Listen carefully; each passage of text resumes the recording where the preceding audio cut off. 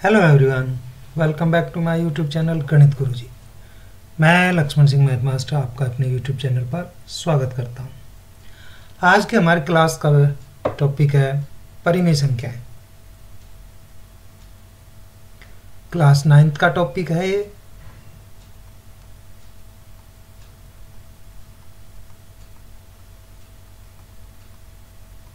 यानी rational numbers.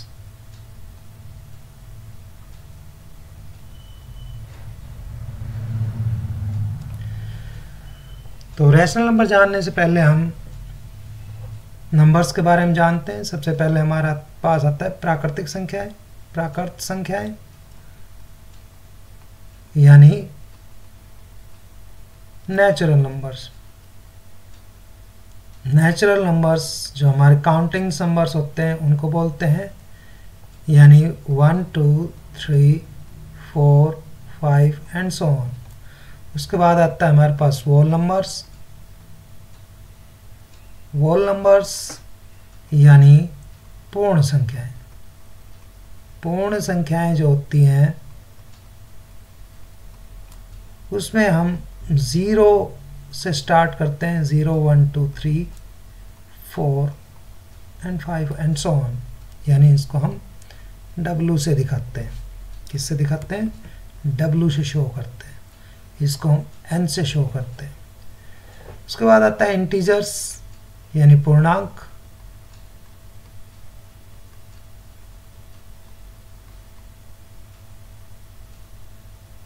Integers पूर्णांक में हमारे पास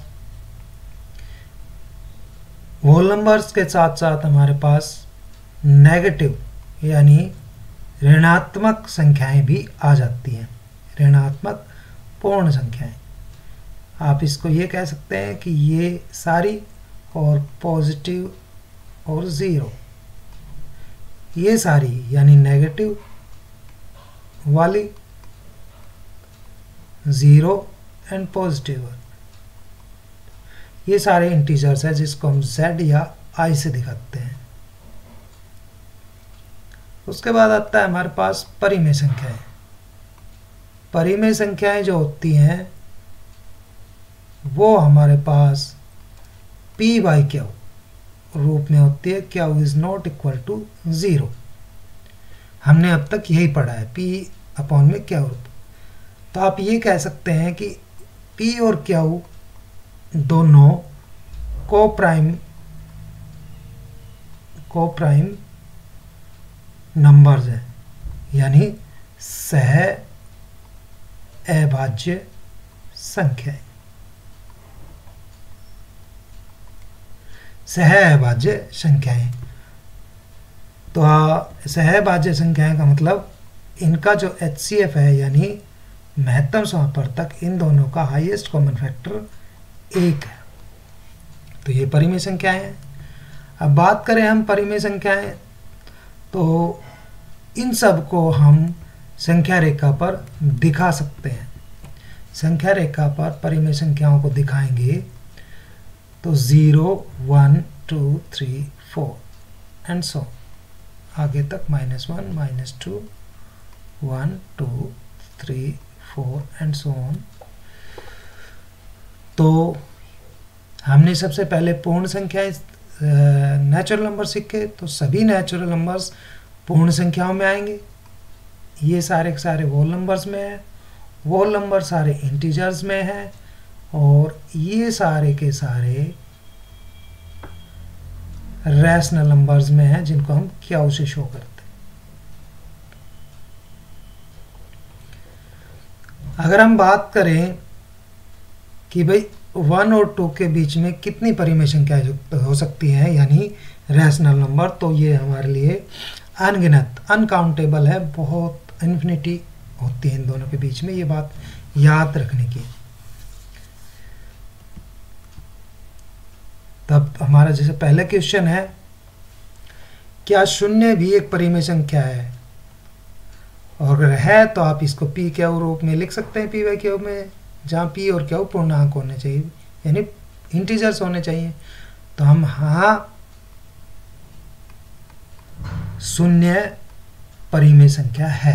तो इसको पी बाय क्यू फॉर्म में लिखें तो पी बाय क्यू फॉर्म में हमें एक बात ध्यान रखनी, Q is not equal to zero, means 0 upon में आप 1 कर दीजिए, उसकी वैल्यू 0 ही होती है, लेकिन क्यू जो है वो नॉट इक्वल टू 0 है। 0 अपॉन में 2 कर दीजिए, कुछ भी लिख लीजिए, 0 अपॉन में -3 कर दीजिए, तो ये हम इस तरह से इसको शो कर सकते हैं। इसके बाद आता है 3 और 4 के बीच में 6 परिमेय संख्या निकालिए। ये बात ध्यान रखिए कि इसके जो हैं आंसर्स एक बच्चे के दूसरे बच्चे से नहीं मिल सकते, क्योंकि इसके बीच अनगिनत संख्याएं होती हैं, इसलिए हमारा आंसर जो है वो बुक के आंसर से मैच नहीं हो तो हमारा सवाल गलत नहीं हो सकता। तो सबसे पहले तो आप इसको देखिए, 3/4 और 4/1 लिखेंगे, ये हमारे परिमेय संख्या है। सबके अपॉन में 1 होता है, नेचुरल नंबर की बात करें तो उसके अपॉन में 1 होता है, डब्ल्यू की बात करें तो उसके अपॉन में भी होल नंबर्स के, तो हम ये कह सकते हैं सभी प्राकृतिक संख्याएं पूर्ण संख्या क्या नाम है परिमेय संख्याएं हो सकती हैं, होती हैं। अब बात करें इनके बीच की, कितनी 6 परिमेय संख्या, तो आपको 6 में 1 प्लस करना है 7 से आप इसको इधर मल्टीप्लाई करिए, इधर मल्टीप्लाई कीजिए, इसके आंसर यानी न्यूमरेटर और डिनोमिनेटर को मल्टीप्लाई कर दीजिए, तो ये हमारे पास 21/7 हो गया और ये 28/7 हो गया। अब इनके बीच में आप संख्याएं देखिए कितनी होगी, 22/7, 23/7, 24/7, 25/7, 26/7, 27/7, तो ये हमारे पास 6 परिमेय संख्या इनके बीच की होगी।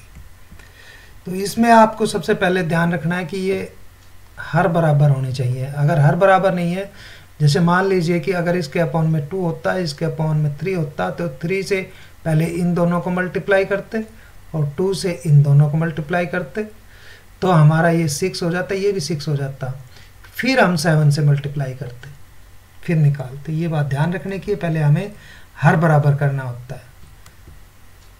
तो इसी तरह से आप थर्ड क्वेश्चन अपने आप करेंगे, क्योंकि इसका हर बराबर है, तो आपको 5 निकालने, तो 5 + 1 6 से ऊपर नीचे इनको मल्टीप्लाई, इसके मतलब और उनके बीच के निकालिए।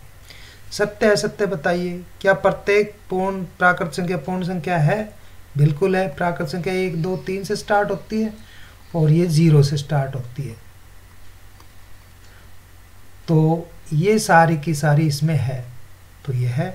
प्रत्येक पूर्णांक एक पूर्ण संख्या है। पूर्णांक की बात करें तो पूर्णांक में हमारे पास नेगेटिव नंबर्स भी आते हैं, जैसे -3, -2, -1, ये हमारे इस पूर्ण संख्या में नहीं है, तो ये असत्य है। प्रत्येक परिमेय संख्या एक पूर्ण संख्या है, तो परिमेय संख्या तो माइनस में भी आती है और पूर्ण संख्या सारी जमा में है, यानी पॉजिटिव है, तो ये भी असत्य है। तो इस तरह से परिमेय संख्या, पूर्ण संख्या, इंटीजर्स, इनके बारे में आपने जाना। फिर भी आपको कोई क्वेश्चन नहीं आता है तो आप कमेंट्स बॉक्स में लिखिए, उसका सोल्यूशन आपको ज़रूर मिलेगा। वीडियो के अंत तक बने रहने के लिए आप सभी का धन्यवाद।